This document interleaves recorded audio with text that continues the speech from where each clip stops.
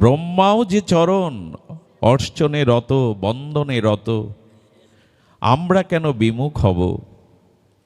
দেখুন, এই জন্য বিবেক বিচার সাধুবাণী শাস্ত্রবাণী অর্থাৎ যা ভজন ক্রিয়া শুরু হলে কি হবে? ধ্যান দিন, যখনই মহৎ কৃপায় শ্রীগুরু করুণায় সাধু সঙ্গ প্রভাবে আপনার জীবনে ভজন আসবে, তখন কয়েকটি সিদ্ধান্ত আপনার জীবনে আসবে। সেই সিদ্ধান্তগুলি কি? খুব লক্ষ্য রেখে শুনুন। সুখের আশা যদি না করেন, তবে সুখের আশা যদি ত্যাগ না করেন, এই জাগতিক প্রপঞ্চময় শব্দস্পর্শ রূপরস গন্ধ, সুখের আশা যদি আপনি আশা ত্যাগ না করেন, তো আপনার জীবনে ত্যাগ আসবে না। ত্যাগাৎ শান্তির অন্তরম, ত্যাগই তো শান্তির পথ, ত্যাগেই তো মানুষের জীবনে পরাশান্তি পরাপ্রাপ্তি এনে দেয়। তো ত্যাগ কখন আসবে? প্রকৃত ত্যাগ আপনার জীবনে কখন হবে? যখন এই শব্দস্পর্শ রূপরস গন্ধ প্রপঞ্চ সুখ ভোগ হতে নিজেকে বিরত রাখবেন। এই বাণীগুলো কতবার শোনা হয়েছে, বারবার গুরু উপদেশে, শাস্ত্র উপদেশে, সাধু উপদেশে আমাদের কর্ণে প্রবেশ করেছে, কিন্তু আজও কি পেরেছি এই জাগতিক মোহগ্রস্ত ক্ষণিক অনিত্য সুখ ত্যাগের আশা করতে? আজও তো জাগতিক সুখের আশা ত্যাগ করতে পারিনি। তো যদি না পারি, তো বললেন সুখের আশা যখনই না করবেন, তখনই আপনার জীবনে ত্যাগ সূচিত হবে, তার আগে ত্যাগ আসবে না। এই জন্য অনিত্যম অসুখম এই শব্দে গোবিন্দ জানিয়েছেন, মাম প্রাপ্য ভজস্ব মাম, আমার ভজনই একমাত্র পরাপ্রাপ্তি, পরানন্দ, পরমানন্দ। কিন্তু জাগতিক সুখভোগের আশা তো যায় না। এই প্রপঞ্চময় অনিত্য এই সুখের আশা এখনো আমাদের হৃদয়ে বাসা বেঁধে আছে। আর এই জন্যই আমাদের জীবনে আজ ত্যাগ হারা, বৈরাগ্য হারা। আচ্ছা, যখনই ভজন, যখনই সাধুসঙ্গে হরিকথা প্রসঙ্গে আপনার জীবনে নামাদি শ্রবণাদি নববিধা ভক্তি আপনার জীবনে চর্চা হতে থাকবে, ক্রিয়া প্রতিক্রিয়া হতে থাকবে, তখনই আপনি কি সিদ্ধান্ত জেনে যাবেন? সিদ্ধান্ত জেনে যাবেন যে মমতা থাকলে, ভিতরে যদি অধিক জাগতিক বস্তুতে মমতা থাকে, তবে মনের বিকার কোনোদিনই ঘুচবে না। আমাদের বিকার যায় না কেন? মানসিক যে বিকার, এটা যায় না কেন? বলে মমতা আছে তাই। অধিক মমতা যে বস্তুর প্রতি সংসারে, তার বিকার যেতে পারে না। গোপীরাও তো, ব্রজবাসীদেরও তো স্ত্রী পুত্র সংসার যোগমায়া তার কলা কৌশলে তাদেরকে বিবাহ দিয়েছিলেন। বিবাহের ভান হলেও তো তারা সংসারী মনে করতেন। স্বামী আছে, পুত্র আছে, ঘর আছে, গৃহকন্যা আছে, গোপীদের ছিল। কিন্তু বিকার আসেনি কেন জানেন? ওই বস্তুর প্রতি তাদের মমতা ছিল না, মমতা ছিল শ্রী গোবিন্দের পণে। সংসার ছিল, ঘর ছিল, পরিজন ছিল, পুত্রকন্যাও ছিল, কিন্তু যখনই বাঁশি বেজেছে তাদের সংসারের বিকার ছিল না। কেন জানেন? সংসারের এই বস্তুর প্রতি তাদের মমতা, তারা অনন্য মমতায় ভগবানকে দেহ মন প্রাণ সঁপে দিয়েছিল। যতদিন কোনো বস্তুর প্রতি গাঢ় মমতা থাকবে, ততদিন মনের বিকার ঘুচবে না। আমরা বিকারগ্রস্ত জীব। আমরা বললে একটু ভুল হলো, আমার মতো মাদুষ জীব বিকারগ্রস্ত, বিকৃত চিন্তা ভাবনা আমাদের। আমরা বিকারগ্রস্ত। বিকারগ্রস্ত হলে কি হয় জানেন? বিষাক্ত সর্প দংশন করলে বিষ যদি রক্তেতে মিশে যায়, তখন তাকে নিমের পাতা চিবাতে দিলেও এই তিক্ত কটু নিমের পাতাটাও মিষ্টি লাগে। এরই নাম বিকার। স্বভাবত তিত। বিকার হলে কি হয়? বহুদিন জড়গ্রস্ত রোগী পিত্তদোষে দুষ্ট হলে তারা মিশ্রি ও তিত বলে স্বাদের তাদের স্বাদ আস্বাদন কেমন তারা ব্যক্ত করে, এটা তিতো লাগছে। পিত্তদোষে দুষ্ট জিহ্বার পিত্তদোষে রসে মিছরিচি বলেও কি মিষ্টি লাগবে? মিচিরির স্বাদ স্বরূপ তো মিষ্টতা, এরে বলে বিকার। তো সংসারের বিকার ততদিন যাবে না যতদিন সংসারে কোনো বস্তুর প্রতি অধিক মমতা থাকবে। এই জন্য প্রেম কাকে বলে? অন্য বস্তুতে মমতার অভাব আর ভগবানে পরম অনন্য মমতাকেই বলে প্রেম। প্রেম কাকে বলে? অনন্য মমতা বিষ্ণু মমতা প্রেম সঙ্গতা। অন্য বস্তুতে নিতান্তই মমতার অভাব আর ভগবানের প্রতি গাঢ় অনন্য মমতা, তাকেই বলে প্রেম। আমাদের প্রেমটা দ্বিখণ্ডিত, দ্বিচারিণী ভাবের। আমরা সংসারের প্রতিও গাঢ় মমতা রেখেছি, আর সংসারের অর্থবিত্ত কামনা বাসনা যাতে দীর্ঘদিন ধরে রাখতে পারি এই জন্য ভগবানের প্রতিও একটু অর্ধেক মমতা রেখেছি, দ্বিচারী। সংসারের প্রতি বিচার থাকতে হবে, সংসারের প্রতি পরিজনদের প্রতি কর্তব্য থাকতে হবে, কিন্তু মমতা থাকতে হবে। বুদ্ধিটা, হৃদয়ের অনুরাগ, মমতাটা ভগবানকে দাও, এরই নাম প্রেম। আমরা উল্টে ফেলেছি, বিচারটা দিয়েছি ভগবানে, ভজন করব কি না, কেন করব, সাধু সঙ্গে কেন যাব, বিচার করি ভজনে। আর মন বা অনুরাগ মমতা দিয়েছি সংসারকে, উল্টে গেছে। এই জন্য আমরা বিপরীত পথের যাত্রী। সঠিক পথ আমার জন্য আজও রচনা হয়নি। এই জন্য গোপীদের বংশীধ্বনি শুনে তাদের সব মমতা, স্নেহবৎসল মা সন্তানকে বুক থেকে ছুঁড়ে ফেলে দিতে পারে? কোনো মায়ের পক্ষে সম্ভব? কিন্তু কৃষ্ণের বংশীধ্বনিতে স্নেহবৎসল মা তার ক্ষুধাতুর দুগ্ধ পানরত বুকের স্তন্যরত সন্তানকে বিছানায় ছুঁড়ে ফেলে দৌড়ালো। মমতা আছে এদের? জগতে গোপী প্রেম জানিয়ে দিচ্ছে বিকারগ্রস্ত তখনই হবে যখন সংসারে কারো প্রতি বিকার। মমতাটা কেমন জানেন? এরা না হলে আমার চলবে না, এরাই আমার সব, এরা না হলে আমার জীবন এক বিন্দুও বাঁচবে না, তোমায় ছাড়া আমি বাঁচব না, তুমি ছাড়াই জগৎ অন্ধকার। এইগুলোই হলো আসক্তিরূপ গাঢ় মমতা। এই জন্য আর কি প্রত্যেকটি মানুষ ঐকান্তিক শান্তি চায়, কিন্তু শান্তি ভজন করলে কিন্তু এই সিদ্ধান্তগুলো আপনার মধ্যে আসবে। ভলিউমটা একটু বাড়িয়ে দাও, যদি অপারেটর কেউ থাকো একটু বাড়িয়ে দাও। যদি ভজন করেন তো প্রারব্ধ অনর্থকে আপনি পরাভূত করতে পারবেন এই সিদ্ধান্তগুলোর জন্য। অধিক মমতা থাকলে বিকার যাবে না, জাগতিক প্রপঞ্চ সুখের আশা থাকলে আপনার ভিতরে কখনো ত্যাগ আসবে না। আর কি বলছেন? যতদিন হৃদয়ে জাগতিক কামনা আছে ততদিন সে হৃদয়ে শান্তি আসবেই না। এগুলো শাস্ত্র সিদ্ধান্ত,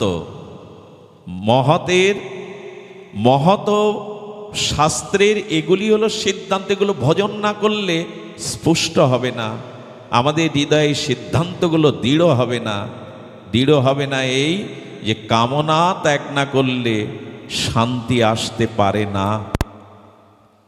আচ্ছা, আপনার শ্রীঅঙ্গে যদি কোনো বিষাক্ত কণ্টক বিদীর্ণ হয়, কাটা ফুটে যায়, বিষাক্ত কাটার যন্ত্রণা আমরা অনেকেই উপলব্ধি করেছি শিশুকাল থেকে এ পর্যন্ত। পায়ে কাটা ফুটেনি এমন মানুষ এখানে নাই। শহরের কথা আলাদা, যারা কাটায় যাদের প্রশ্ন নেই, কিন্তু একটা কাটা এত বড় শরীরে বিদীর্ণ হলে যন্ত্রণা করে কিনা বলুন? করে কিনা? একটা কাটা এত বড় 3.5 হাত দেহে বিদীর্ণ হলে যদি শরীর যন্ত্রণাকাতর হয়, তো যার হৃদয়ে অসংখ্য কামনার কাটা বিঁধে আছে সে শান্তি পাবে কি করে? একটা কণ্টক বিদীর্ণ হলে যদি মানুষ যন্ত্রণাকাতর হয়, তার শরীরে জড় জড় অবস্থা হয়ে যায়, অসংখ্য কামনার কাঁটা যার হৃদয়ে বিদ্ধ হয়ে আছে, সে শান্তি পাবে কি করে? পাখিটা পঞ্চম সুরে বসন্তে অশ্বত্থের ডালে বসে ডাকছিল কুহু কুহু রবে। শিকারী যদি তার বুকে তীর বিদ্ধ করে দেয়, তীর বেধা পাখি আর গাইবে? পঞ্চম সুরে সুরালাপ করবে? তীর বিধা পাখি ছটপট করবে, গাইতে পারে না। যার হৃদয়ে জগতের কাম কামনা বিদ্ধ হয়ে আছে, সে ভগবানের সুর সঙ্গীত কি করে গাইবে? ভগবানের গুণগান সে কি করে গাইবে? সে তো যন্ত্রণা কাতর। চারিদিকে তাকিয়ে দেখুন, সংসারে আমরা যন্ত্রণায় কাতরাচ্ছি, তার অসংখ্য কামনার কাঁটা আমার হৃদয়ে বিধে আছে। অসঙ্গতা না ছাড়লে বোধ কোনোদিন হবে না। বলে এতদিন সঙ্গ করছি, হরিকথা শুনছি, ধামে যাচ্ছি, মহতের কৃপা পেয়েছি, কিন্তু বোধ জাগলো না, তো চেতনা আজও যেখানে সেখানেই। আরে বৃদ্ধ মাঝি তার যুবক ছেলেকে বলছে, খোকা নৌকা ছেড়ে দে, কাল ভোরেই পৌঁছাতে হবে। তো খোকা হালে, বাবা হালে ধরেছে, আর যুবক খোকা সে দাঁড় বাইছে। ভোরের আলো ফোটার সাথে সাথে বৃদ্ধ মাঝি বলছে, খোকা কত দূর এলাম? বলেন, বাবা যে বটতলায় যে তীরেই নৌকা বাঁধা ছিল সেখানেই। বলে, সারা রাত বাইলাম কি? হাল এবং দাঁড় দিয়ে বাইলাম কি সারা রাত? বললো, বাবা বেয়েছে কিন্তু নোঙর তুলিনি, গ্রাপি তুলিনি। আচ্ছা, গ্রাপি না তুলে যদি সারা রাত নৌকা দাঁড় আর হাল টানেন, যাবে কি?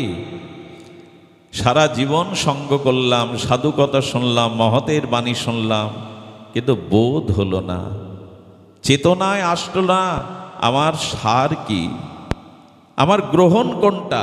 তাই অসঙ্গতা ছাড়া কারো বোধ জাগবে না, অর্থাৎ অসৎসঙ্গ ছাড়া কারো ভিতরে ভাগবত চেতনার বোধ অটুট হবেই না।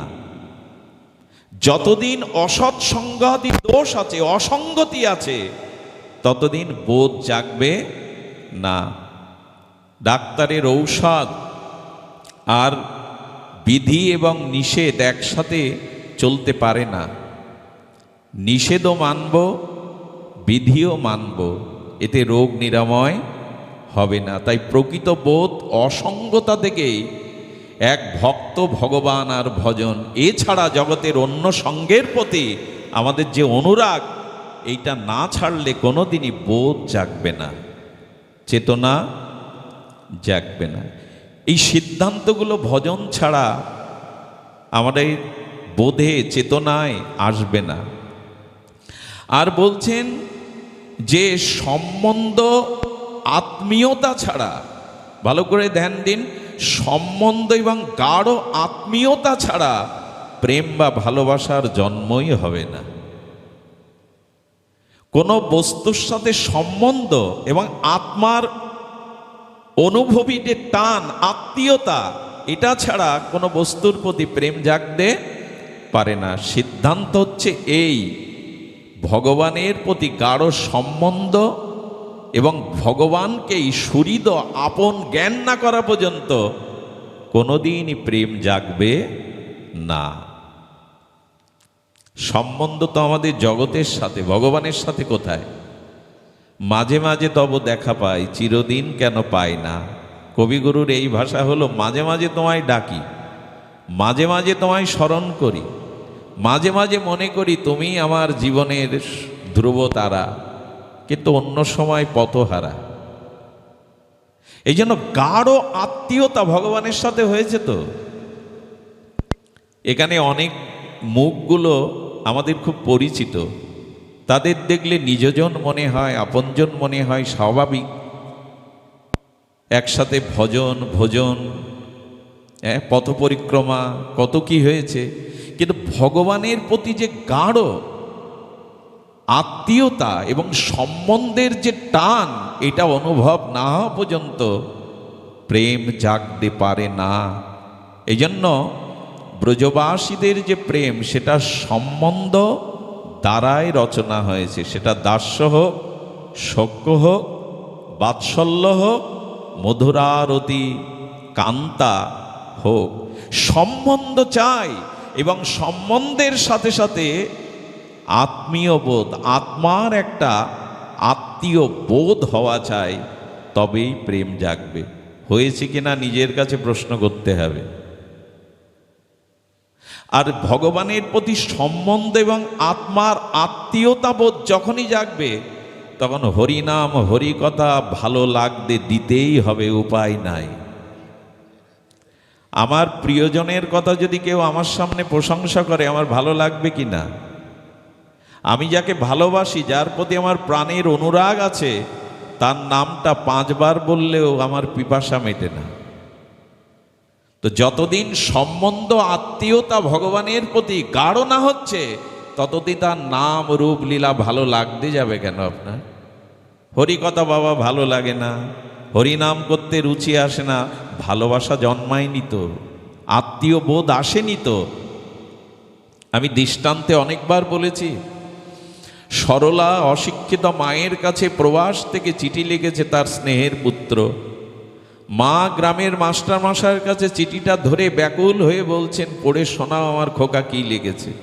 মা প্রণাম নিও, কতদিন তোমার মুখখানা দেখিনি। একটা কথাই যেই পড়লো মাস্টারমশাই, মার চোখে ঝরঝর করে জল এলো। মাস্টারমশাইয়ের চোখে কিন্তু জল আসছে, মাস্টারমশাইয়ের চোখে জল আসছে যে পড়ছে, শব্দ তো একই। মা কাঁদছে, মাস্টারমশাইয়ের চোখে জল নেই কেন? সন্তানের প্রতি মায়ের আত্মার টান, আত্মীয়তা, সম্বন্ধ আছে, এই জন্য তার কথাগুলো হৃদয়ে স্পর্শ করছে। জল আনে হরিনাম, তারই হৃদয়ে অনুরাগ আনে, যার ভগবানের সাথে আত্মীয়তা এবং ভগবানের প্রতি দৃঢ় সম্বন্ধ যার এসেছে, তারই তো এটা ভালো লাগবে। আচ্ছা, আমাদের আরেকটি দোষ আছে, বুদ্ধি শুদ্ধ না। আমাদের বুদ্ধিটা শুদ্ধ না। তার কারণ জানুন, কথাগুলো মনে হয় মাঝে মাঝে এখন থেকে নোট নিয়ে আসা ভালো, আমাদের খাতা কলম। ওরা পণ্ডিত, ওরা মনে রাখে। আমাদের মতো যারা একটু এই সিদ্ধান্তগুলো ভজনে আসতে হবে। আপনার বুদ্ধি শুদ্ধ কোনোদিনই হবে না যদি আপনার ভিতরে সন্দেহ এবং সংশয়রূপ রোগ থাকে। কারো বুদ্ধি কখনো শুদ্ধ হতে পারে না যদি সংশয়, সন্দেহ, এই রোগ আপনার মধ্যে। এগুলি সব ভজনের দ্বারাই যায়, এগুলি সব ভজনের দ্বারাই যায়। আমাদের চিত্ত সংশয়, আর সংশয় যার তার বিনাশ। ভগবানই বলে সংশয় আত্মা বিনাশতি।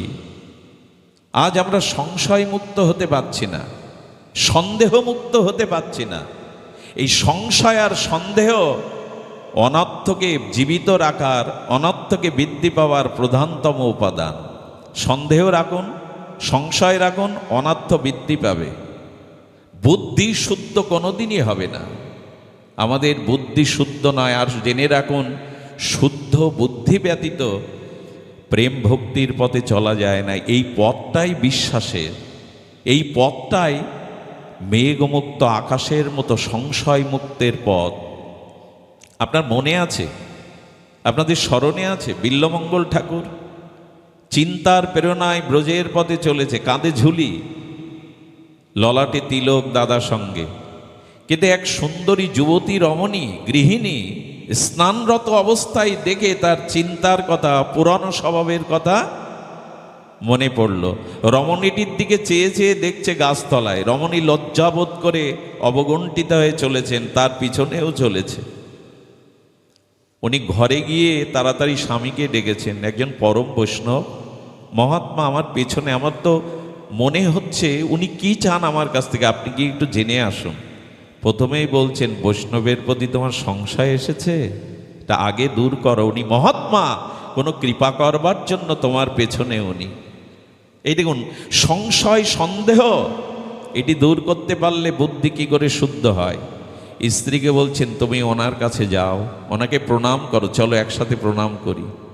আচ্ছা, আমাদের ঘরণী, আমাদের সহধর্মিণী এসে যদি বলে, ওই লোকটা আমার দিকে স্নানের সময় তাকিয়েছিল, আমার পেছনে পেছনে ঘুরঘুর করে আসছে, তাকে প্রণাম করবেন আপনি?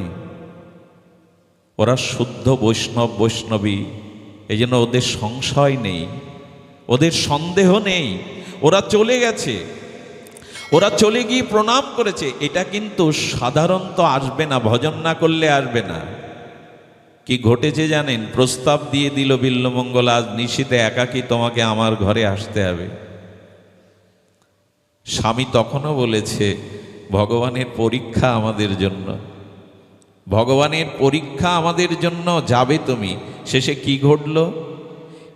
বিল্বমঙ্গলের চিন্তাতে কিন্তু চিন্তা অসৎ চিন্তা এসে গিয়েছিল, নারীর প্রতি প্রলোভন এসে গিয়েছিল। পরাস্ত হলো কেন জানেন? চোখ অন্ধ করে দিল কেন জানেন? বিবেক জেগে উঠল কেন জানেন? ওদের সংশয় ছিল না, ওদের সন্দেহ ছিল না, ওদের এই বুদ্ধি ছিল ইনি পরম বৈষ্ণব, ইনি হিত ছাড়া অমঙ্গল করতে পারেন না। এই বিশ্বাসের দ্বারা ভগবান ওর চিত্তবৃত্তিকে সংশোধন করে দিল। সীতামাকে বলা হলো, মা তুমি কি জানতে না সন্ন্যাসী বেশে রাবণ আসছে? খুব ধ্যান দিয়ে কথাগুলো শুনুন। সীতামার কিছু অজানা আছে জগতে? মা জগৎ জননী জানে না যে ইনি সন্ন্যাসী বেশে রাবণ এসেছে? আরে জ্যোতিষী আপনার ত্রিকাল বলে দিতে পারে, আর উনি তো জগৎ মাতা, উনি জানতেন, উনি জানতেন। তো জানতেন যদি মা, তো উনি কেন গণ্ডির বাইরে গিয়ে নিজের বিপদ ডেকে আনলেন? বললেন, মা বলছেন না, আমি মা, এই জগতে প্রত্যেকটি সন্তানকে কল্যাণ করার চিন্তা আমার মাথায় থাকতে হবে। অতিথি দোয়ার থেকে যাতে ফিরে না যায়, এটা গৃহীত ধর্ম নয়।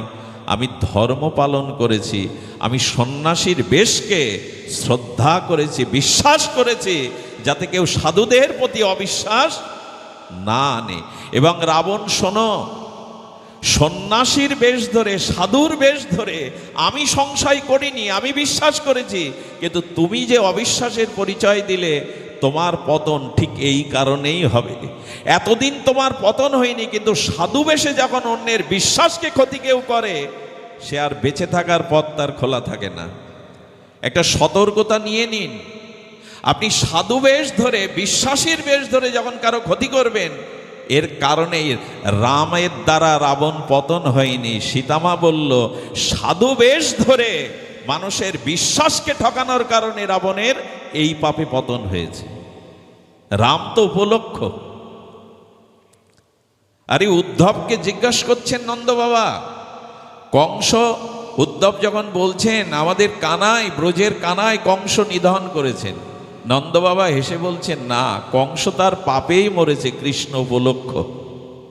সাধুদের প্রতি এত অত্যাচার করেছে, এই পাপেই সে মারা গেছে। এই জন্য আমরা যাই করি, এই পোশাকটার যেন অবমাননা না করি, এই তিলকমালার অবমাননা যেন না করি। এগুলো খুব ভয়াবহ পরিস্থিতি হয়ে আমাদের জীবনে ফিরে আসবে। সীতামা বলেছিল, আমি সাধুর প্রতি সংশয় করিনি, সন্দেহ করিনি, কিন্তু রাবণ জেনে রাখো, তোমার শক্তি আজ খর্ব হলো, তোমার পতন ত্বরান্বিত হলো, এই বেশেই তুমি ক্ষতি করেছ, সাধুর প্রতি বিশ্বাসকে লঙ্ঘন করেছ।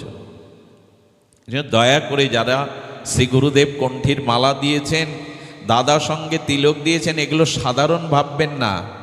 আচ্ছা, শাস্ত্রে আছে যার কণ্ঠীতে মালা আছে, তুলসীর মালা, দাদা সঙ্গে তিলক আছে, জমকে সেখানে যেতে নিষেধ করা আছে কিনা? কেন? এর এত ক্ষমতা কোথায়? এর এত মহিমা কোথায়? বলে এটা বৈকুণ্ঠের চিহ্ন, বৈকুণ্ঠের পরিকর্দের চিহ্ন। এগুলো জগতের কোনো চিহ্ন না, ভগবানের বৈকুণ্ঠের পরিকর্দের চিহ্ন এগুলি ধারণ নিয়ে যেন আমরা লোকের বিশ্বাসকে নষ্ট না করি। এই বিশ্বাস যদি নষ্ট করি, পতন ত্বরান্বিত হবে। এই জন্য যতদিন সংশয় আছে, সন্দেহ আছে, ততদিন বুদ্ধি শুদ্ধ হতে পারে না। আর বুদ্ধি শুদ্ধ ব্যতীত কারো গোবিন্দ ভজন হবেই না। বুদ্ধি শুদ্ধ না হলে ভগবত ভজন তার দ্বারা সম্ভব নয়। অর্থ, বিত্ত, যশ, খ্যাতি, পূজা, প্রতিষ্ঠা, বুদ্ধি যদি এদিকে থাকে, তো শুদ্ধ ভজন বুদ্ধি কোনোদিনই আসবে না। এই জন্য আমাদের জীবনে এই সিদ্ধান্তগুলো যখনই আসবে, তখন কি হবে জানেন? আচ্ছা আমাদের এক নম্বরে কে? সংসার না ঈশ্বর? মানে আমাদের কাছে, আমাদের ভাবনায়, আমাদের চেতনায়। এখন আপনাকে আমি বলছি, আপনি নিজের কাছে প্রশ্ন করুন, এক নম্বরে সংসার, স্ত্রী, পুত্র না ভগবান? এইখানেই পথ হারিয়ে গেছে। আচ্ছা, আপনাকে যদি সংখ্যা দিতে বলা হয় কাগজ কলম দিয়ে, আপনি খুব নির্ঘাত সত্য এবং সিদ্ধান্ত নিয়ে খাতায় লিখুন, 1 নম্বরে আপনার পরিবার, আপনার সংসার, আপনজন, না 1 নম্বরে ভগবান? আমার মনে হয় আমরা লিখতে গিয়ে হাত কাঁপবে, 1 নম্বরে ভগবান, এটা লিখতে গিয়ে হাত কাঁপবেই। আজও তোমাকে 1 নম্বরে বসাতে পারি না, এই জন্য জীবনও 2 নম্বর হয়ে রয়েছে, 1 নম্বরে যায়নি। তাকে 1-এ বসান, তারপরে 0 দিন। প্রথমে যদি 1 দেন তাহলে 0-এর মান আসবে, যত 0 বসাবেন তত মান আসবে। গীতায় বলেছে ভগবানকে জীবনের 1 নম্বরে রাখো, সংসারকে 2 নম্বরে রাখো। কি ঠাকুরমশাই কি বলেছেন? আর সব রাখো বামে, এরকম একটু শব্দ আছে, আর সব রাখো বামে। আচ্ছা, মালা কোন হাত দিয়ে ধরি? জপ কোন হাত দিয়ে করি? হ্যাঁ। সেবা কোন হাত দিয়ে করি? অর্চন কোন হাত দিয়ে করি? ডান মানে প্রথম, ডান মানে প্রধান। ভগবানকেও ডানে রাখো, সংসারকে বামে রাখো, এই হলো ঠাকুরমশাইয়ের উপদেশ। আমরা সংখ্যাটা ওলট পালট করেছি, এই জন্য আমাদের জীবনও প্রথমে যেতে পারিনি। এই জন্য ভগবানকেই 1 নম্বরে যদি রাখা যায় তবে বাঁচলাম, বাঁচার হয়েছে। কালীয় নাগের কথাটা আস্তে আস্তে স্মরণ হচ্ছিল, কালীয় দমন, এই তো প্রত্যেকের জানা, প্রত্যেকের আস্বাদ্য লীলা কথা। কালীয় দমনটার আধ্যাত্মিক ব্যাখ্যা করেছেন টিকাকারগণ অপূর্ব। আমাদের হৃদয় যমুনা, ভালো করে ধ্যান দিন, আমাদের হৃদয়। আর এই যমুনার মানে হৃদয়ের হদ্দে, হৃদয়ের গভীরেই কালীয়রূপী কাম আছে আমাদের মধ্যে। কামের সহস্র ফনা। আর কাম কি ঢালে? কালীয় নাগ কি ঢালে? গোবিন্দকেও বিষ ঢালছে, ঢালছে কি না? কাম আমাদের জীবনে কি ঢালে? অমৃত, বিষ ঢালছে। আর সেই বিষেই তো আমরা জর্জরিত। তো হৃদয়রূপ যমুনায়, হৃদয়রূপ গভীর হদ্দে কামরূপ কালীয় দমনে সব বিষাক্ত করে ফেলেছে জীবন।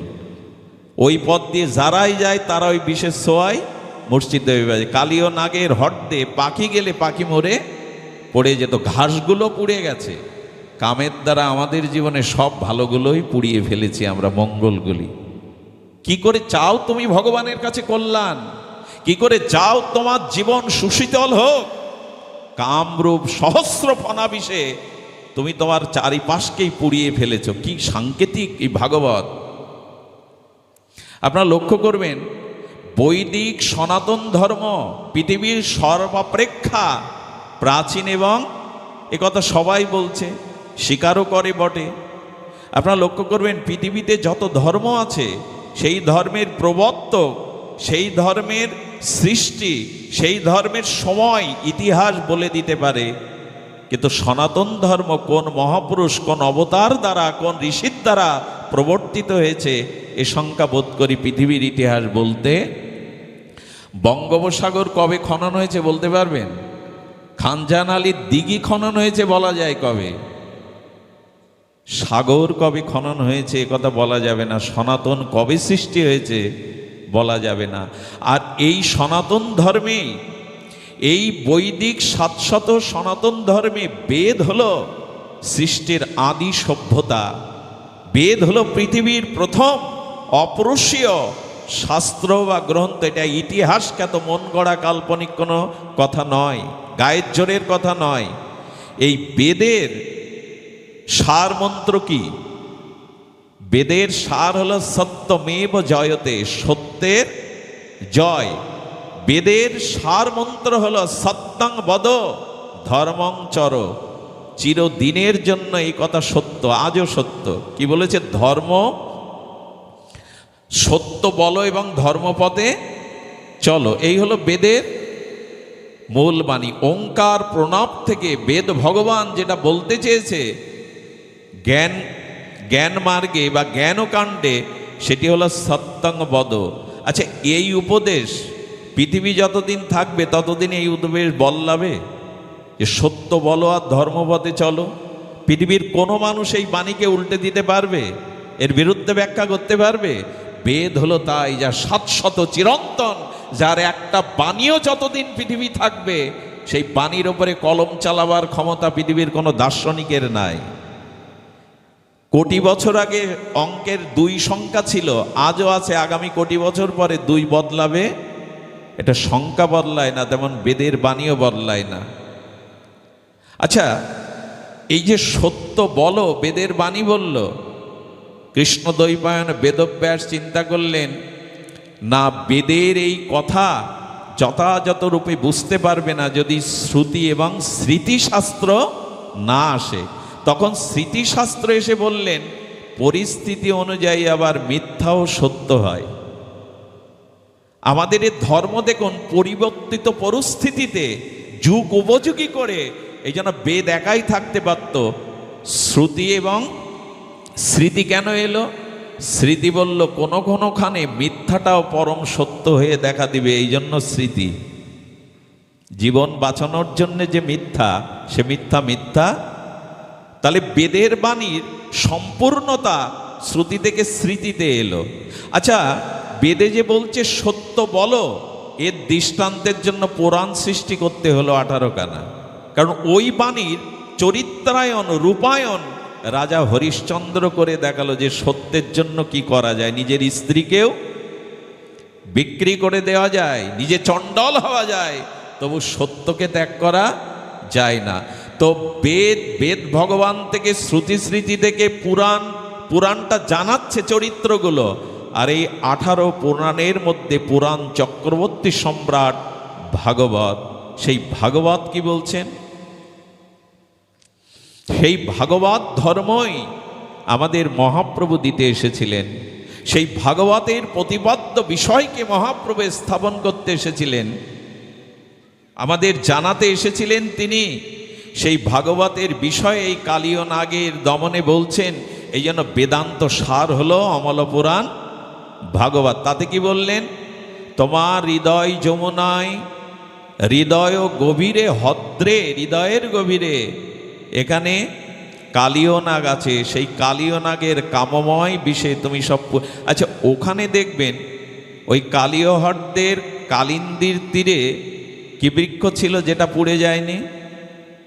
কদম্ব বৃক্ষ। সব পুড়ে গেল, পাখি উড়ে গেলে। একদিন কৃষ্ণের সখারাও ওই জল পান করে তারাও মৃত্যুবরণ করলো, গাভীগুলোও মৃত্যুবরণ করলো। কদম্ব বৃক্ষটা কেন ওখানে মরেনি, পড়েনি? ভাগবত কি সিদ্ধান্ত দিচ্ছে দেখুন। আপনি এই কথাটি একটু হৃদয়ে লিখে নিন। সব পুড়ে ছারকার হয়ে গেছে, বিষবাষ্পে সকারাও ওই জলপান করে, গাভীগুলো জলপান করে মরেছে, কিন্তু একটি কদম্ব বৃক্ষ পত্র পুষ্প ফলে সেখানে জীবিত রয়েছে। এর কারণ কি জানেন? এর কারণ হলো একদিন ভক্ত গরুর অমৃত নিয়ে ওই বৃক্ষে অমৃত আর ভক্তের চরণামৃত ওইখানে রেখেছিল। অর্থাৎ কাম তাকে শেষ করতে পারবে না যেখানে ভক্তের চরণামৃত আর ভক্তমুখে ভগবানের কথামৃত যেখানে আছে, সেখানে পুড়বে না। আহা, কি সিদ্ধান্ত! যেখানে ভক্তের চরণামৃত আছে আর ভক্তের মুখে, কারণ ভক্ত যেখানেই বসবে সেখানে কি নিশ্চুপ থাকবে? ভগবানের গুণমহিমা কীর্তন করবে। গরুর তার চরণামৃত এবং কথামৃত দিয়ে ওই বৃক্ষটাও অমর হয়ে গেল, যেন ওখানে কোনো বিষে তাকে পোড়াতে। এই যে এখন আমরা গোবিন্দের চরণেই আছি, ভাগবতজির চরণে আছে আর হরিকথা শুনছি, এই জন্য আমাদের মধ্যে এখন বিষ আসছে না, কাম আসছে না, বাসনা আসছে না। এটাই তো প্রমাণ করে কামকে জয় করার একটাই মন্ত্র, সাধুর চরণামৃত, হরি কথামৃত। এছাড়া এই জয় করবার অন্য কোনো উপায় নেই, অন্য কোনো উপায় থাকতে পারে না। এজন্য কালীয় নাগের, এবং এটাও যেখানে ভক্তের চরণ দোলে। আচ্ছা, গোবিন্দ ঝাঁপ দিলেন কালিন্দিতে, ঝাঁপ দেবেন কি করে? ওই গাছটাকেই অবলম্বন করেছিলেন। যেহেতু ভক্ত অমৃত রেখে গেছে, গোবিন্দ উঠবেন বলে গাছটা আজও অমর হয়ে আছে। এই হলো কালীয় নাগ, কাম জয় করার উপায়। উপায়টা কি? গোবিন্দ যদি স্মরণে আসে, গোবিন্দ যদি মননে আসে, তবে গোবিন্দের চরণেই, তার চরণ কৃপাতেই কেবল, গোবিন্দ চরণ কৃপাতেই কেবল কাম দূরীভূত হতে পারে। কিছু মনে করবেন না, ব্রহ্মাও জগৎকে দেখালেন আমি কাম জয় করতে, ইন্দ্র দেখালেন আমি পারিনি, মুনি ঋষিরাও পারিনি, এমনকি ভগবান শিবকেও কাম ক্রোধান্বিত করলো, প্রভাব ফেলতে পেরেছিল। কামের দ্বারা উদ্দীপ্ত হয়নি ভগবান শঙ্কর, হতে পারে না, কিন্তু ক্রোধ এসেছিল, এই জন্য তো পোড়ালো কামকে। ক্রোধ আসাটাও একটা লক্ষণ। সমাধিভঙ্গ হয়ে গেল। সেই কামকে জয় করবার জন্য মহাপ্রভু যুগল উপাসনা দিয়েছিলেন। এই কাম জয় সেদিনই হবে যেদিন আপনি রাধারানী বা সখীর আনুগত্যে। আচ্ছা, কাম আসে কেন জানেন? খুব মার্মিক কথা, ধ্যান দিয়ে শুনতে হবে। দার্শনিকরা চরম বিচার করেছেন কামের সৃষ্টি হলো কবে। কামের সৃষ্টি হলো যেদিন নারী এবং পুরুষ সৃষ্টি হলো। কামের স্থান সেখানেই যেখানে প্রকৃতি এবং পুরুষ। তো এই জন্য যখনই পুরুষ অভিমান থাকবে আমি পুরুষ, আর যখনই এই অভিমান থাকবে আমি নারী, এই অভিশাপ যাবে না। এটা ব্রহ্মারও যাবে না, দেবতারও যাবে না। অভিশাপ মুক্তির একটাই উপায়, পুরুষ একমাত্র গোবিন্দ, আমরা সকলে রমণী, আমরা সকলে প্রকৃতি, এই অনুভব হলেই কেবল কাম যাবে। এই জন্য তো মঞ্জুরি ভাব সাধনা। ব্রজের বাবারা ঘোমটা দেবে কেন, নাচবে কেন? আরে প্রকৃতি ভাব আনার চেষ্টা করছে তারা, কারণ প্রকৃতিতে কামনার উদ্বেগ হয় না। এ বড় মার্মিক কথা। এই জন্য গোবিন্দ বলছেন কাম জয়ের একটাই মন্ত্র, সেই মন্ত্র হল যুগলের উপাসনা। শ্রীধাম বৃন্দাবন যুগল ভজন ধন মোহে করাল উপদেশ, আরাধ্য ভগবান ব্রজেশ তনয় স্তদ্ধামং শ্রী বৃন্দাবনাং। এই তো মহাপ্রভু কেন যুগল উপাসনা, শ্রী গুরুদেব কেন যুগল উপাসনা করবেন? কারণ কৃষ্ণ ভুবন মোহন, রাধারানী বামে না থাকলে মদন মোহন কোনো কালেই কৃষ্ণ হতে পারবে না। কৃষ্ণ ভুবন মোহন হতে পারে, মদন মোহন রাধারানী ছাড়া হওয়া সম্ভব নয়। এই জন্য যুগল উপাসনাতেই এটি যাবে। তো কাম জয়ের মন্ত্র কি করলেন? আচ্ছা চিন্তা করুন তো, যিনি কাম, তার মাথাতে কেন গোবিন্দ চরণ চিহ্ন এঁকে দিলেন? কামময় হৃদয়ে যদি একবার কোনো ক্রমে গোবিন্দের চরণকে মস্তকে ধারণ করতে পারো, তোমার আর ভয় নাই। রমণক দ্বীপে যেতে বললেন, তাই না? বললেন প্রভু আমাকে অন্য জায়গায় পাঠাবেন না, কারণ গরুর আমাকে এই স্থান ছাড়া অন্য স্থানে গেলে গরুর আমাকে খেয়ে ফেলবে। ভালো করে শুনুন, গোবিন্দ তখন বলছেন গরুর কেন, পৃথিবীতে কেউ আর তোমাকে স্পর্শ করবে না। কেন প্রভু? আমার চরণ যে তোমার মস্তকে অঙ্কিত হয়ে আছে, আমার চরণ যার মাথায় আছে, পৃথিবীর কোনো শত্রুই তাকে ক্ষতি করতে পারবে না। অভয় চরণারবিন্দ, ভয় থাকবে না। এই দেখুন, এই সংকেতগুলো ভাগবত থেকে নিতে হবে। ভাগবত আবেগের গ্রন্থ নয়, সর্ববেদান্তের সার এই ভাগবত। এখানে বলছেন গোবিন্দের চরণ চিহ্নকে ধারণ করো, গোবিন্দের চরণকে হৃদয়ে ধারণ করো। অনেক বাবাজিরা দেখবেন চরণ চিহ্নটা বুকে বা এই যে হাতে অঙ্কিত করে রাখে। নামটা কেন হৃদয়ে লেখে? রাধা নাম, গৌর নাম। ওই চিহ্ন যদি থাকে না, তাহলে আর তোমার ক্ষতি করবে না। এর রাত্রেই কি ঘটেছিল জানেন? এই রাত্রেই দাবানল ভক্ষণ করেছিলেন গোবিন্দ। কি ভক্ষণ করেছিলেন? দাবানল। দেখুন, অগ্নির সৃষ্টি গোবিন্দের মুখ হতে, আর ব্রাহ্মণেরও সৃষ্টি গোবিন্দের। এই জন্য খাঁটি উপবিদধারী গায়ত্রী প্রধান সৎ আচরণশীল ব্রাহ্মণ আর অগ্নিধর্ম এক। কোনো সৎ আরাধনাকারী ব্রাহ্মণের প্রতি কটূক্তি না করে, তাদের উপহাস না করে, তাদের শারীরিক কোনো পীড়া দিলে অগ্নির মতোই জ্বলতে হবে আপনাকে। মনে আছে রঘুগণের কথা? রঘুগণ বলেছিলেন শিবের ত্রিশূলকে আমি ডরাই না অত, আমি ইন্দ্রের বজ্রকেও ডরাই না, শুদ্ধ ভূদেব ব্রাহ্মণের চরণে যদি অপরাধ হয়, বৈষ্ণব চরণে যদি অপরাধ, আমি তাকেই ভয় করি। এই জন্য শাস্ত্রে বারবার বলেছেন, অগ্নি আর সৎ ব্রাহ্মণ, আমি কিন্তু বারবার জুড়ে দিচ্ছি শব্দটা, উপবিদধারী সৎ ব্রাহ্মণ যিনি আচরণশীল, দান দক্ষিণা দয়া অধ্যয়ন অধ্যাপনা এইসব গুণগুলি, সাহাধ্যায় এইসব গুণগুলি যার মধ্যে বিরাজিত, আচরণশীল, সেই বৈষ্ণব এবং ব্রাহ্মণেরা ভগবানের মুখ থেকে উৎপত্তি। সেই দিন দাবানল কৃষ্ণ খেয়েছিলেন। মধুমঙ্গল বলছে, কৃষ্ণ তুই এদিক ওদিক তাকাচ্ছিস কেন? বলে মধুমঙ্গল চোখ বন্ধ কর। মধুমঙ্গল চোখ বন্ধ কর। বলে আমি করবো না। কি করবি চোখ বন্ধ করলে? বলে তুই চোখ বন্ধ কর। বলে আমি চোখ খোলা রাখবো কৃষ্ণ, চোখ বন্ধ করব না। দেখলেন গোবিন্দ দাবানলগুলো হাতের মুঠোই করে খাচ্ছে। আমি কি বলি জানেন, আমাদের চারিদিকে এখন দাবানল জেগে গেছে, চারিদিকে আগুন জ্বলছে। ওই দিন বৃন্দাবন পুড়ে যেত, সকারা পুড়ে মরত। গোবিন্দ সবাইকে চোখ বন্ধ করে সেই দাবানলগুলো মুঠোবদ্ধ করে খেয়ে নিলেন। আমার মনে হয় আমাদের চারিদিকেও এখন আগুন জ্বলছে, দাবানল জ্বলছে। আসুন, গোবিন্দের স্মরণ নেই, তাহলে অগ্নিকে উনি ভক্তের জন্য নিজে গ্রহণ করবেন। পুড়তে দিলেন না ব্রজবাসীদের।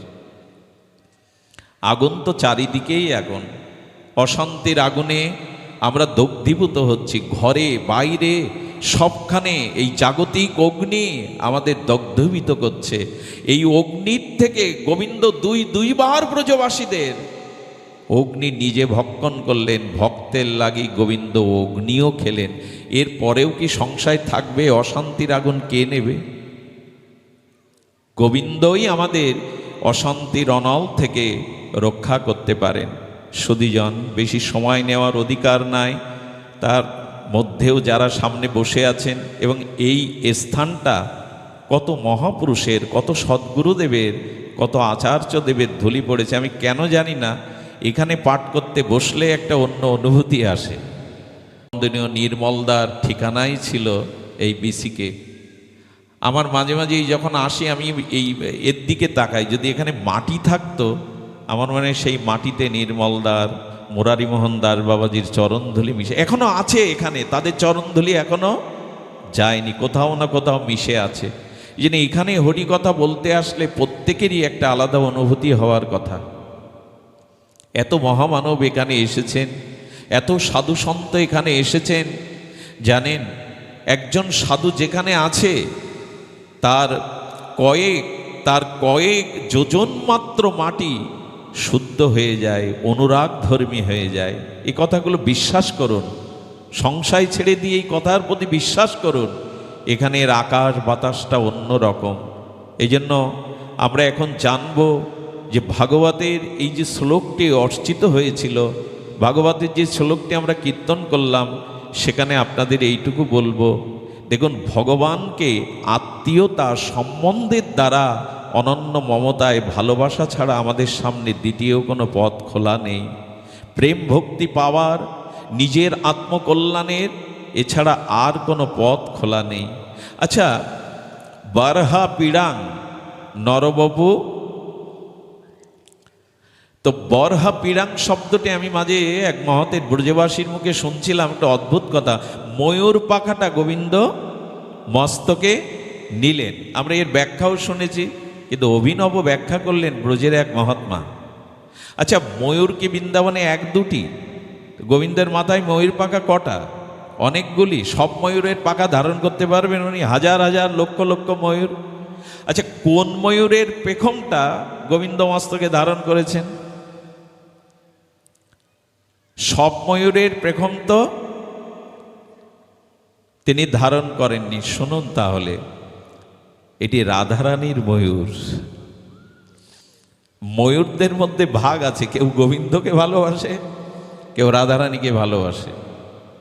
তো রাধারানীর প্রিয় এক ময়ূর একদিন কি করছে, রাধারানী যমুনাতে জল আনতে আসছেন, আর বৃন্দাবনের ব্রজবাসীরা জল আনে, ঘোড়াটা 2-3টে ঘোড়া থাকে, তাই না? রাধারানী অবগুণ্ঠিতা হয়ে আর লজ্জাশীলা হয়ে সেই নূপুর ধ্বনিতে চলার গতি যেন নিত্যের গতি। রাধারানী চলেছেন, ময়ূরটাও পিছে পিছে। অনুরাগ থাকলে ভালোবাসার মানুষটা তো পিছনে যাবেই, প্রাণীটা যাবে। ময়ূরটি রাধারানীকে অতীব বড় ভালোবাসে। রাধারানীর জল ভরতে বিলম্ব হতে দেখে ময়ূরটি হঠাৎ বংশীধ্বনি শুনলেন। শ্রীগোবিন্দের অধর বেণুধ্বনি শুনে, কারণ আচ্ছা, বেণুধ্বনি শুনে ময়ূর যাওয়ার কারণ কি? আহা, সুখদেব গোস্বামী বললেন, গোবিন্দ বেণু হাতে নিত না যদি রাধারানীর নাম বেণুতে কীর্তন না হতো। কোনোদিন বেণু হাতে নিত না। আচ্ছা, দ্বারকায় ভগবানের হাতে বাঁশি আছে তো, মথুরায় আছে তো, কোথাও আছে কি বৈকুণ্ঠে? ব্রজে কেন বাঁশি? বাঁশিটা তোমার জন্যই। রাধা ছাড়া বাঁশি অন্য কিছু জানেও না, বলেও না। গোবিন্দ যেন বললেন, কণ্ঠসঙ্গীতের থেকে যন্ত্রসঙ্গীতের আবেদন আরো গাঢ় হয়, তীব্র হয়। মাঝরাত্রে যদি কেউ রাগ রাগিনীর দ্বারা বংশী আলাপ করে, কেউ মন স্থির রাখতে পারবেন না। যদি বংশী সুরালাপ হয় মধ্যরাত্রে, বিশেষ করে মেয়েদের মায়েদের মন উচাটন হবেই হবে, অন্যদেরও স্পর্শ করবে। গোবিন্দ দেখেছিলেন কণ্ঠে রাধা নামের যে মাধুর্য, তাতে পিপাসা মিটবে না। যদি বংশীর ধ্বনি দ্বারা রাধা রাধা কীর্তন করা যায়, তার আবেদনটা বেশি হবে। রাধা নাম কেন গোবিন্দ মুরলী নিয়েছিলেন? যেদিন অক্রুর মহারাজ, আমি মাঝে মাঝে খুব দুর্বল হয়ে যাই, আবেগ প্রবন্ত, আমি ধীর না, আবেগ প্রধান। আবেগ ভালো জিনিস না, কাঁদতে হয়, ঘরে দৌড় দিয়ে কাঁদা উচিত, কিন্তু পারি না। আমি মাঝে মাঝে নিজেকে আবেগ সামলাতে চেষ্টা করি, আজকাল একটু সামলাতে চেষ্টা করি, কিন্তু পারি না। কারণ অনেকের ধারণা যেন এই যে না জন্মায় বিল্লমঙ্গল কেঁদে কেঁদে হরি কথা বলে, তাই শুনতে যাচ্ছি, এরকম সিদ্ধান্ত যেন না হয়। তবু পারি না, জানেন, আবেগ ধরে রাখতে পারি না। যেদিন অক্রুর মহারাজ ব্রজনাথকে ব্রজ থেকে নিয়ে যাচ্ছেন, সেদিন গোবিন্দের বাঁশিটাও ছিল কোমরে, পীতবসনে বাঁশিটাও রাখা ছিল। গোবিন্দ ঝরঝর করে কাঁদছে আর বাঁশির দিকে তাকিয়ে বলছে, ব্রজে ছাড়া তো বাঁশি কোথাও বাজে না, ব্রজে ছাড়া তো বংশীর কোনো প্রয়োজন নাই। গোবিন্দ এক পরিসরে নেমে রাধারানীর হাতে দিয়ে বলেছিল, এ বাঁশি তোমার মহিমা ছাড়া, তোমার গুণকীর্তন ছাড়া এ বাঁশি কখনো কিছু গাই না। এ বাঁশির সুর তোমার ছন্দে রাধা ছন্দে বাধা, এ বাঁশি তোমার কাছে রাখো। বাঁশিটা কিন্তু গোবিন্দ মা যশোদাকে দিয়ে দেয়নি, সখাদের দিয়ে যায়নি, দিয়ে গেছিল ঠাকুরানীকে। এই বাঁশি তোমার সুর ছাড়া। এখন গোবিন্দ যেই মুরলীর পঞ্চম দানে সেই বেণুরবে রাধা নাম কীর্তন করছেন, আর রাধারানীর প্রিয় ময়ূরটি ওই রাধা নাম শুনেই ছুটে চলে গেছে। প্রিয়জনের নাম শুনলে তো দেখতে ইচ্ছা করে প্রিয়জনের। আর এই রাধারানীর প্রিয় ময়ূরটি যখন রাধা নামের বংশী বেণুধ্বনিতে ছুটে গেছে, দেখছে বাঁশির সুর এত সুন্দর, কিন্তু যে বাঁশি বাজাচ্ছে সেও তো এর থেকে সুন্দর। ময়ূরের চোখ থমকে গেছে গোবিন্দের রূপ লাবণ্য মাধুর্যে। তার কমল বদন, আকার্ণ বিস্তৃত নয়ন, তার কর্ণে যে কুসুম, আর এই শোভা নীল আভা দেখে ময়ূরটার চোখে জল এসে গেছে। বাঁশি যে বাজায়, রাধারানীর যে বংশীধ্বনি করে, তার রূপের এত মাধুর্য। সেই মাধুর্যে ময়ূরটা তখন কি করেছে? নাচতে শুরু করে বাঁশির সাজে, বাঁশির সুরে নাচতে শুরু করেছে। ওই ময়ূর যখন নৃত্য করছে, তার নৃত্যের ছন্দে আর বাঁশির সুর লহরীতে গোবিন্দ চোখ খুলে দেখে ময়ূর নৃত্য করছে। এই ময়ূর নৃত্য করছে রাধারামে। গোবিন্দ বুঝে নিলেন এটা রাধারানীর কোনো প্রিয় ময়ূর। গোবিন্দ মনে মনে করেছে তার প্রিয় ময়ূর যখন এসেছে, তখন প্রিয়াজি নিশ্চয়ই এসেছে আশেপাশে। ময়ূরকে যদি আমি অনুসরণ করি, প্রেমময়ীকে আমি পাবই পাবো। গোবিন্দ ব্যাকুল হয়ে আর সেই ময়ূরের পেছনে ছুটছে। ছুটতে ছুটতে ছুটতে ছুটতে যমুনা পুলিনে গেলেন।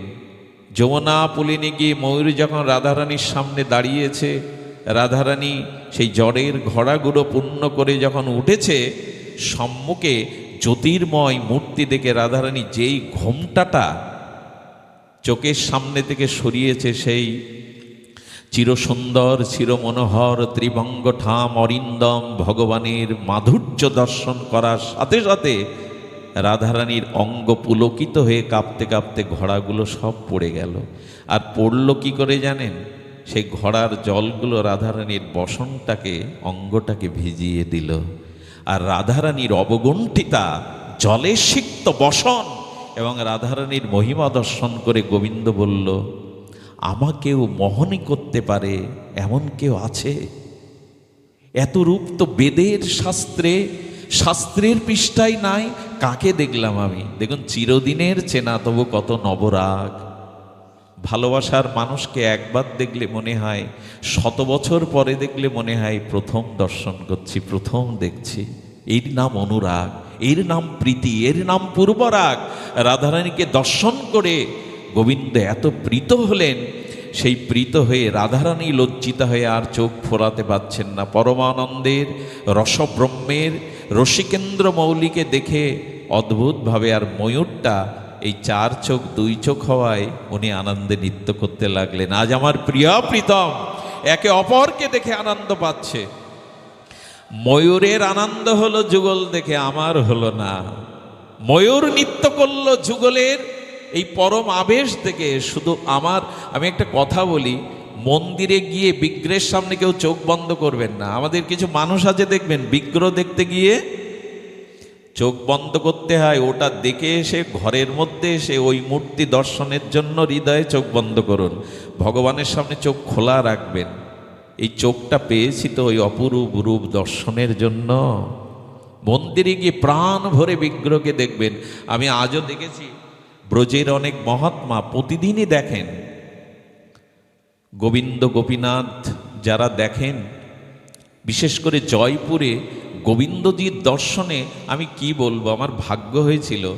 আমি সেদিন মাথা নিচু করে চলে এসেছিলাম, একটা বাচ্চা চকলেট নিয়ে গোবিন্দজিকে বলছে, নাও লালা নাও। আরতির সময় এরকম ভঙ্গি, কেউ হাততালি দিচ্ছে, গোপাল গোবিন্দজি এরকম হাততালি দিচ্ছে, কেউ খোল তুলছে, কেউ কীর্তন করছে, কেউ নাচছে। দেখছে সাক্ষাৎ ভগবান সম্মুখে থাকলে যে অনুভূতি হয়, 15,000 লোকের একই সাথে এই অনুভূতি হচ্ছে। কেউ কীর্তন, কেউ গান, কেউ সঙ্গীত, আর অপলক নয়নে তাদের পলক যেন ওখানে থেমে গেছে, অনিমেষ নয়নে দেখছে। মন্দিরে বিগ্রহ দর্শনে কেউ চোখ বন্ধ করবেন না, ওইখানে প্রাণ ভরে হৃদয়ে দেখে বাড়ি এসে ধ্যানের মূর্তির জন্য চোখ বন্ধ করবেন। এই নয়নের শোভা, এই নয়নের সার্থকতা ওই রূপ দর্শনের। মরি মরি ওই অপরূপ রূপ দর্শনের জন্য এই চোখ জগতের অন্য কিছু দর্শনের জন্য গৌণ, ভগবানকে ভক্তকে দর্শনে। এই জন্য নলকূপের মণিগ্রীব বলেছিল, হাত তোমার সেবায় লাগুক, ভক্ত সেবায় লাগুক, কান তোমার অমৃত গুণকথা কৃষ্ণ রসায়ন কথা শুনুক, মস্তক তোমার ভক্ত চরণে তোমার চরণে নত হোক, পা সাধু সঙ্গে হরিকথার ভজনস্থলিতে থামে যাক। সব কিছু বলতে বলতে জিহ্বা তোমার গুণকীর্তন, ভক্তের মহিমা গুণকীর্তন করুক। কিন্তু চোখের বেলায় বললেন, চোখ যেন ভক্ত সাধু দর্শন করে। কিন্তু চোখের বেলায় কেন? বলে হ্যাঁ, সাধুকে দর্শন করো, সাধুকে দর্শন করলেই ভগবানকে দর্শনের পিপাসা লেগে যাবে। কারণ দৃষ্টির একটা ক্ষমতা আছে, দৃষ্টি দিলে না, দৃষ্টির মধ্যে অনেক কিছু বিনিময় হয়ে যায়, ভাব বিনিময় হয়ে যায়। এই জন্য ভগবানকে আমাদের বাকি বিহারীকেও বলা আছে। আরে বাকি বিহারী একদিন পূজারী, তখন এই ঝলক দর্শন হতো না। বাকি বিহারীকে এক মা দর্শন করছেন, কাঁদতে কাঁদতে নয়নের মধ্যে বসিয়ে নিয়েছেন। পূজারী ফিরে দেখে বাকি বিহারী আর নাই বেদিতে। আরে কোথায় গেল বাকি বিহারী, কোথায় গেল ঠাকুর, বাঁকা ঠাকুর? আর দৌড়াতে দৌড়াতে গিয়ে দেখে এক মার পেছনে পেছনে চলেছে বাকি বিহারী। আরে মা, তোমার পেছনে বাকি বিহারী চলছে? বলে কেন? বলে নয়ন দিয়ে দেখতে দেখতে তাকে নয়নে বসিয়ে নিয়েছিলাম। আর গোবিন্দ বলেছে যে নয়ন দিয়ে আমাকে অপরূপ এই রূপ দর্শন করতে করতে নয়নে বসে আমি তার সাথেই চলে যাই। আরে ধরে এনে বসানো হলো বাকি বিহারীকে। ফিরে এসো, বিগ্রহকে দর্শন। আর যারা এসেছেন আগেই দেখবেন, মহাত্মাদের স্বভাব দেখবেন, কোথাও এলে আগে মন্দিরে যাবে, পাঠের আগে ভগবানকে নয়নের হৃদয়ে বসিয়ে তবে এই ব্যাসপীঠে বসবে। আমি দেখেছি মহাত্মাদের এই লক্ষণগুলোই। এই জন্য বিগ্রহকে নয়ন ভরে দেখবেন, সাক্ষাৎ ভগবত দর্শন, বিগ্রহ দর্শন অভিন্ন। তো ময়ূরটা যখন নৃত্য করছে, এই যুগলের চার চোখ দু চোখ হয়ে গিয়ে নব অনুরাগে আর পূর্বারাগের প্রীতিতে যখন একে অপরের হৃদয়ে অনুরাগ জেগেছে পূর্বারাগ, ময়ূরটি তখনই নৃত্য করতে করতে তার একটি পেখম খসে পড়ল উপহার স্বরূপ। গোবিন্দ সব ময়ূরের পাখা মাথায় দেয় গো, আজ তুমি প্রিয়াজিকে দেখিয়ে দিলে। প্রিয়াজির আনন্দে নৃত্য করতে করতে এটা উপহার দিয়েছ, তাই তো বারহা পীড়াং। আচ্ছা, নটবর বপু, নটবর শব্দের অর্থ কি? নট মানে অভিনেতা, নট যারা নাটক বা নাট্য অভিনেতা, আর বর শব্দ দেয়া আছে। দেখুন, নটেরা যখন সাজে, অভিনয় করতে কেউ যখন সাজে, পেন করে কিনা, কি মাখে ওরা? মাখে তো, চরিত্রের কারণে ওরা মাখে। তো বললেন কি, একটা হলো সংযোগ সিঙ্গার আর একটা হলো বিয়োগ সিঙ্গার। নটবর শব্দের কি ব্যাখ্যা করেছেন আচার্যরা? তো যারা যাত্রা মঞ্চে অভিনয় করে, ওই অভিনয় শেষে কি আর সাজগোজ রাখে, সিঙ্গার রাখে? ওইটা হলো সংযোগ সিঙ্গার, না বিয়োগ সিঙ্গার। কিন্তু এখানে নট, গোবিন্দ কি সিঙ্গার করে বিয়োগ সিঙ্গার? কখনো সৌন্দর্য চলে যায় গোবিন্দের? যায় না। এই জন্য বর শব্দ দেওয়া আছে। বর যখন বিয়ে করতে যায় তখন কি যাত্রা মঞ্চের মতো সেজে ওখানে গিয়ে খুলে ফেলে? যতক্ষণ পরিণয় না হবে ততক্ষণ বর তার সিঙ্গার নটবর। অর্থাৎ গোবিন্দের সংযোগ সিঙ্গারও আছে, বিয়োগ সিঙ্গারও আছে। সংযোগ বিয়োগ সিঙ্গারে গোবিন্দ রসময়, আনন্দময়। তো তিনি সেজেছেন কেন? আচ্ছা, আমার একটা মনে হয় গোবিন্দের পীতবসন পীতম্বর, রাধারানীর নীলম্বর কেন? এগুলো জানলে না যুগলের প্রতি মমতা জন্মাবে, কারো গুণ শুনলে তার প্রতি ভালোবাসা জন্মাবেই। একজন নীলম্বর, রাধারানীর পোশাক কি? বস্ত্র হলো নীলম্বরী বা নীলম্বর, আর গোবিন্দের পীতম্বর। কারণ কি? কারণ হলো রাধারানীর অঙ্গকান্তিটা হলো পীতম্বর, অনুরাগের পীতম্বর, আর গোবিন্দের কান্তিটা হলো পীতবরণ। পীতবরণটা কেমন জানেন? তোতা পাখির পেখমের মতো। টিয়া পাখির সংখ্যা কমে গেছে, তাই না? টিয়া পাখির পেখমটা দেখবেন, ওই যে রংটা, ওইটাই পীতবরণ। হলুদের রং গাঢ় হলে পীতবরণ হয়। তো গোবিন্দ পীতবরণ ধারণ করেছেন কেন জানেন? রাধারানীর অঙ্গটা পীতবরণ কিনা, তাই এই বসন পড়লে যাতে রাধা ভাব আমার অঙ্গের সাথে মিশে থাকে। আহা, রাধারানীর কান্তিটা যাতে আমার অনুরাগের সাথে মিশে যায়। আর রাধারানী নীলম্বর কেন ধারণ করেছেন? গোবিন্দ নীল বরণ, শ্যামল বরণ। ওই যে মেঘ যখন বৃষ্টি স্নাত হবে নীল আকাশে, ওই নীলম্বর মেঘ রাধারানী এবং গোবিন্দের অঙ্গকান্তি নীল বরণটা ধারণ করেছেন, যাতে গোবিন্দের কান্তিটা আমার শরীরে, আমার অঙ্গে মিশে থাকে। আমরা এই যে সাদা পোশাক পরি কেন? যে এখন সবাই গুরুদেব ভালোবাসতেন, আমাকে এই বেশ দিয়েছেন। এই জন্য যে যাকে ভালোবাসে না, তার রঙে সে রাঙাতে চেষ্টা করে, তার পছন্দের জিনিসগুলো সে পরতে থাকে। এই জন্য তো বলি, মালা, তিলক, শিখা এগুলো প্রিয়তমকে, গুরুদেবকে আনন্দ দেয়। এগুলো ধারণ করুন, তার রঙে রাঙিয়ে যান। তার রঙে রাঙিয়ে গেলেই এ জীবন রঙিন হয়ে উঠবে। সময় নেওয়ার অধিকার নেই, তবু লোভ হচ্ছে একটি লীলার। সেটি হলো আমাদের প্রয়াত সুবল কৃষ্ণ এই মহাশয়, বৈষ্ণব কুলতিলক, দানবীর নামে যিনি প্রখ্যাত হয়েছিলেন। অগণিত তার সেবা, অগণিত তার হাতের অনুদানের মন্দির। আজ বেনাপোল পাটবাড়ি শুধু নয়, ঝাউডাঙ্গা মন্দির শুধু নয়, বাংলাদেশের বহু স্থানে তার দানের অবদানের এই মহিমা, এটির একটি কারণ তার জীবনে, মায়ের জীবনে, এই পরিবারের জীবনে সব থেকে বড় অনুরাগের মূল কারণ হলো গুরু ভক্তি। এই জায়গাটা যদি নড়বড় হয় তাহলে সব শেষ। কারো কারো জীবনে প্রগতির ভজন থেমে যায় কেন জানেন? যত গুরুনিষ্ঠা কমতে থাকবে, যত গুরুর প্রতি প্রগাঢ় অনুরাগ কমতে থাকবে, তত বেশি আমাদের ভজনও কমতে থাকবে। তার ছোট্ট একটা দৃষ্টান্ত দেই আপনাদের। গৌরীলাল কুণ্ডকে একটু স্মরণ করায়। কুণ্ডের নামটা স্মরণ রাখুন, যদি ব্রজমণ্ডলে যান গৌরীলাল কুণ্ডে যাবেন। ওই কুণ্ডটা মাঝে মাঝে লাল রং ধারণ করে, আবার গৌর রং ধারণ করে। সবাই দেখতে পায় না, মহতেরা দেখতে পায়। কারণ ওই কুণ্ডতে মাঝে মাঝে রাধারানীর অঙ্গকান্তিটা কি হয়, গৌরী রং আকার ধারণ করে। মাঝে মাঝে আমার লালাজির অর্থাৎ গোবিন্দের রং ধারণ করে। যেমন রাধা কুণ্ডে মাঝে মাঝে দেখবেন রং বদলায়। এটি কিন্তু আজও সত্য। আমি রাধাকুণ্ডের প্রাকট্য তিথিতে একবার কুণ্ডে ছিলাম, দেখলাম সপ্ত সমুদ্রের জল, দুধ উঠছে, নীল জল উঠছে, সমুদ্রের জল উঠছে। এমনকি দশহরার দিনে নির্মল রাধাকুণ্ডের জল গঙ্গা জলে, ঘোলা জলে রূপান্তরিত হয়ে যায়। এটা আজও সত্য, এটা আজও সত্য। যারা ওখানে শ্রীগুরু মহিমায়, রাধারানীর কৃপায় রাধাকুণ্ডে এই রসময়ী এই বিগ্রহ দেখেছেন, আজও এটা হয়। হবে না কেন? রাধারানী তো বিগলিত স্বরূপে সেখানে আছেন, রসস্বরূপে।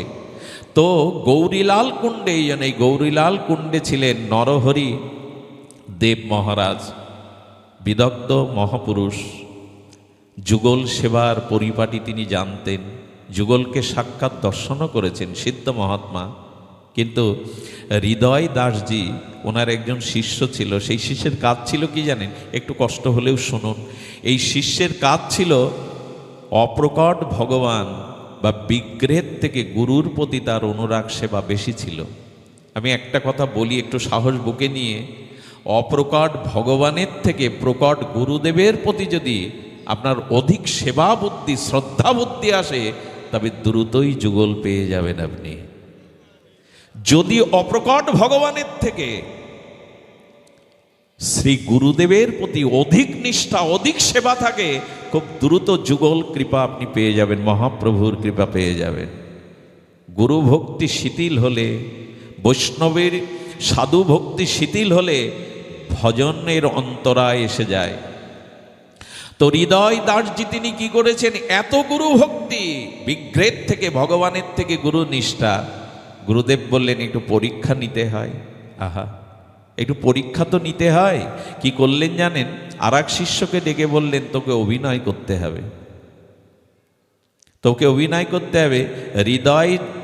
হৃদয়জির সাথে অহেতুক মিথ্যা ঝগড়া বাঁধাতে হবে। বললেন গুরুদেব আজ যাই করি ওর প্রতি অবিচার করতে পারবো না, আপনার চরণ ছাড়া ও বিন্দুমাত্র অন্য ধ্যান, অন্য চিন্তা, এরকম গুরুনিষ্ঠ শিষ্যকে আমি ঝগড়া করতে পারবো বলে, এটা আমার আদেশ, গুরু আদেশ। ব্যাখ্যা না করে গুরু আদেশ লঙ্ঘন করবে না বলে কি করলেন জানেন? ওনার আসনটা নিজে ফেলে দিয়ে এসে ঝগড়া বাঁধাতো, তুমি আমার আসন ফেলে দিয়েছো কেন? প্রসাদটা ছড়িয়ে দিয়ে বলছো, প্রসাদটা ছড়িয়ে দিয়েছো কেন? এই করে বাঁধাতে থাকে। গুরুদেব একদিন ওই অভিনয়ের ঝগড়ার মধ্যে গিয়ে বললেন তোমার অনেক অত্যাচার আমি সহ্য করছি, আর না, আজই এই আশ্রম থেকে আমাকে ছেড়ে এখান থেকে বেরিয়ে যাও। আকস্মিক বজ্রপাতের মতো চরণে লুটিয়ে পড়লেন, পড়ে বললেন শ্রী গুরুদেব আমি বাঁচব না, জল থেকে মাছকে আলাদা করলে সে বাঁচবে না, ক্ষমা করে দিন। আচ্ছা একবারও বললেন না আমার কোনো অপরাধ নাই। একটা জিনিস বলি, বৈষ্ণবত্ব ধরে রাখতে গেলে যে দোষগুলি আপনার জীবনে আসছে সেটা হাসি মুখে মেনে নিন। ভক্তি জগতে প্রতিবাদ নেই জানেন, ভক্তিবাদে গামছা বেঁধে প্রতিবাদ ঝগড়া নেই, মেনে নিন।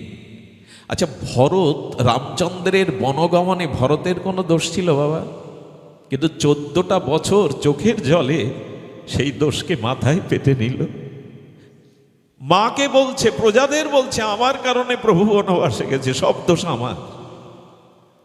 মাকে গালি দিয়েছিল এই কারণে, মায়ের মন যেন রামের দিকে যায়, আমার দিকে না। যে যার জন্য রাজত্ব দিলাম সেই গালি দিচ্ছে। ভরত মাটির নিচে থাকতো, মাটি খুঁড়ে, কারণ প্রভু ভূমিতে থাকে, আমি অপরাধী। রাত 12টায় সরযূতে স্নান করতে যেত। আমি প্রভুকে, আমার কারণে বনবাসে গেছে প্রভু, এই মুখ সাধুদের দেখালে তাদের ভজন নষ্ট হবে। সব দোষ নিল। সেই ভক্ত, যেই বৈষ্ণব যে নিজের কাঁধে দোষ তুলে নিতে পারে, অপরের প্রতি আঙুল তুলে কোমর বেঁধে ঝগড়া করে না। হরিদাস ঠাকুরের কি দোষ? কিন্তু সব দোষ মাথায় পেতে নিয়েছেন। হরিদাসকে প্রশ্ন করা হয়েছিল ফুলিয়ায়, 22 বাজারে বেত্রাঘাত, তোমার কি কর্মফল হরিদাস? তুমি কি অন্যায় করেছো যে 22 বাজারে লোকের সামনে তোমাকে রক্ত ঝরাবে? কি বলল জানেন? হাত জোর করে বলল, আমি হিরণ্য গোবর্ধনের সবাই বৈষ্ণব নিন্দা শুনেছিলাম, নামের নিন্দা শুনেছিলাম, তাই এটা আমার পাওনা ছিল, এটা আমার প্রায়শ্চিত্ত ছিল। আচ্ছা, কোনো দোষ ছিল কিন্তু মেনে নিল। যত কলঙ্ক, যত কিছু আছে জীবনে, ঝগড়া বাঁধাতে, ভক্তি জগতে ঝগড়ার স্থান নেই, মেনে নেওয়ার স্থান আছে। এই জন্য হৃদয় দাসজি মেনে নিয়ে গুরুর আজ্ঞা পালনের জন্য বৃন্দাবনে যমুনায় গিয়ে কাঁদতে লাগলো। রাত দিন কাঁদে, মনে মনে গুরুদেবকে স্মরণ করে, আমি তোমাকে ছাড়া বাঁচব না। কিন্তু ওই যমুনার এক ধোপা আর গৌরীলাল কুণ্ডের বাবাজির কাপড় ধোয়ার কাজ করতেন। কাপড় ধুয়ে গুরুদেবকে দিতেন। ওই কাপড়গুলো দেখে চিনতে পেরেছে তো গুরুদেবের কাপড়। একজন ধোপার চরণে গিয়ে পড়েছে, ওগো কৃপা করো, করুণা করো, এই কাপড় বিধৌতের কাজটা তুমি আমায় দাও।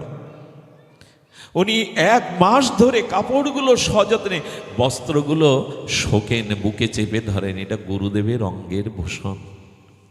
চিন্তা করতে পারেন আমাদের যদি কেউ ভেবে তাড়িয়ে দিত মিথ্যা বদনাম দিয়ে?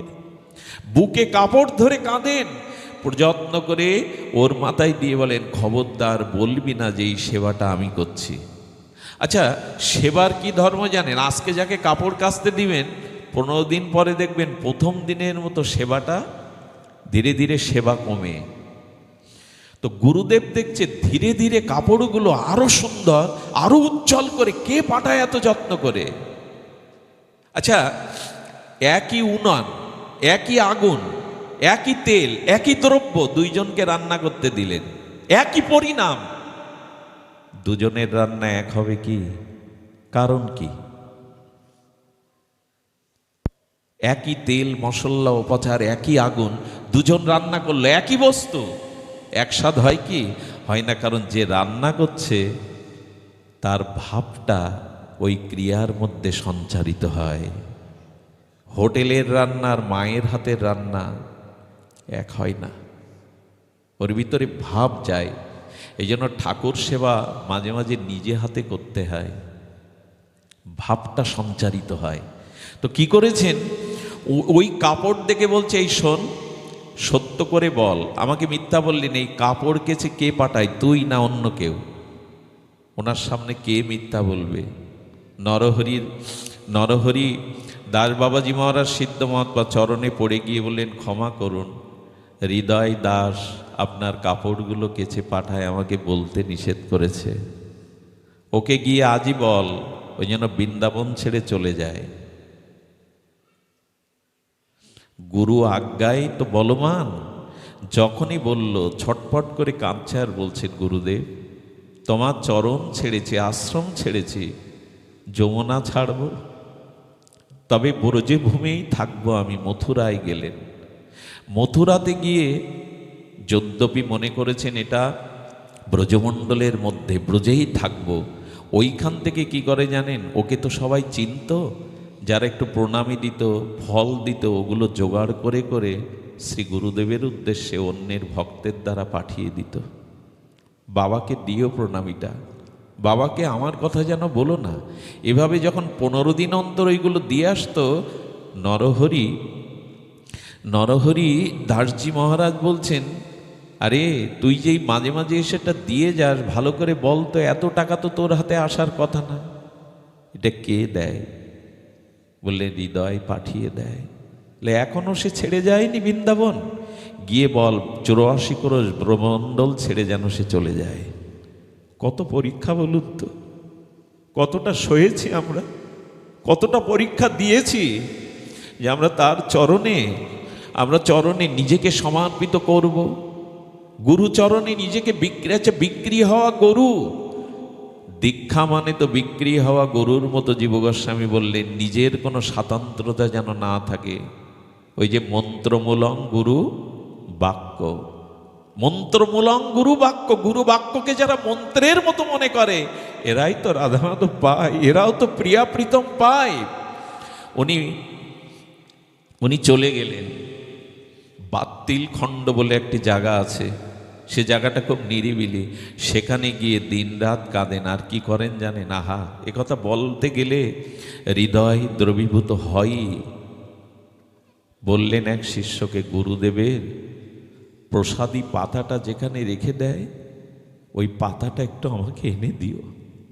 শ্রী গুরুদেব যেখানে দাঁড়িয়ে থাকে তার চরণধূলিটা একটা বস্ত্রে করে আমার জন্য এনে দিও। ওই শুকনো পাতাটা প্রতিদিন এক টুকরো করে চিবিয়ে চিবিয়ে পায় গুরুদেবের প্রসাদ মনে করে। আর ধুলিটা মাঝে মাঝে অঙ্গে মাখে। কবে কৃপা হবে তোমার? কবে পরীক্ষা শেষ হবে তোমার? কপটা চোখের জল ফেলি আমরা গুরুদেবের জন্য।